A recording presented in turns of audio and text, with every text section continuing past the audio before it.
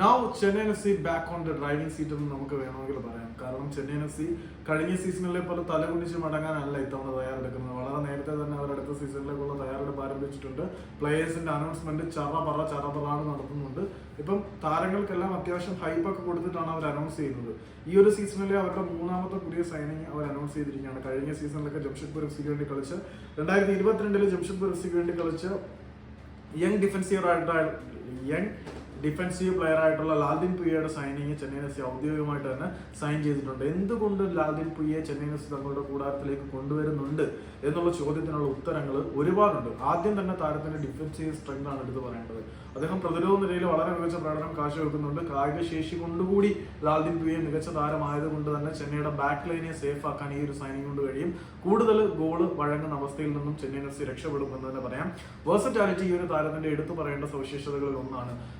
ഏത് സിസ്റ്റവുമായിട്ടും വളരെ വേഗത്തിൽ ഇഴുകിച്ചേരാനുള്ള ഒരു കപ്പാസിറ്റി ഈ ഒരു താരത്തിനുണ്ട്. ഏത് സാഹചര്യങ്ങളിലും തന്റെ ഡ്യൂട്ടി കൈവരിക്കാനും ഏത് സിസ്റ്റവുമായിട്ട് ഇഴുകിച്ചേരാനും ആൾ കഴിയുന്നുണ്ട്. അതുകൂടാതെ ഓവൻ കോയിലിന് പരിചയമുള്ള താരമായതുകൊണ്ടുകൂടി ചെന്നൈയിൻ എഫ് സിയുടെ പ്രതിരോധ നിരയ്ക്ക് വളരെയധികം മുതൽക്കൂട്ടാവാൻ ഈ ഒരു താരത്തിന് കഴിയുന്നുണ്ട്.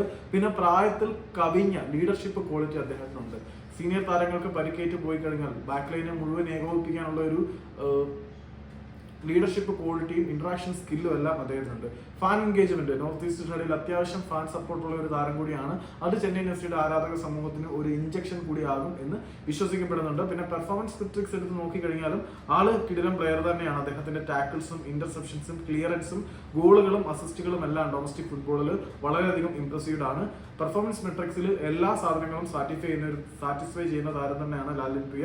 അദ്ദേഹം ഡിഫൻസീവ്ലി ചെന്നൈയിൻ എഫ് സിക്ക് വളരെ വലിയ ഒരു റീഇൻഫോഴ്സ്മെന്റിന് സഹായിക്കും. പിന്നെ ആളൊരു യുവതാരമാണ് എന്നുള്ളത് കൊണ്ട് തന്നെ ചെന്നൈയിൻ എഫ് സിക്ക് ഒരു ലോങ് ടേം ഇൻവെസ്റ്റ്മെന്റ് ആയിട്ട് താരത്തിനെ കണക്കാക്കാം. ചെന്നൈന്റെ സ്കോർ ഡെപ്തും ഈ ഒരു താരം വരുന്നതുകൂടി വർദ്ധിക്കും. പിന്നെ ടീം ഡൈനാമിക്സിനെ കുറിച്ച് പറയണ്ടല്ലോ. ഓവൻ കോയിലിന്റെ ഡൈനാമിക്സ് എന്താണ് ഏതാണെന്ന് എല്ലാവർക്കും അറിയാം. അതിന് യോജിക്കുന്ന താരം കൂടിയാണ് ലാൽദിൻ പുയ. അപ്പം അധികം വലിച്ചു നീട്ടാതെ സാധനം കൺക്ലൂഡ് ചെയ്തെന്നാണ് എൻ്റെ ഒരു വിശ്വാസം. തള്ളു ഇല്ലായിരുന്നു. ഓക്കെ.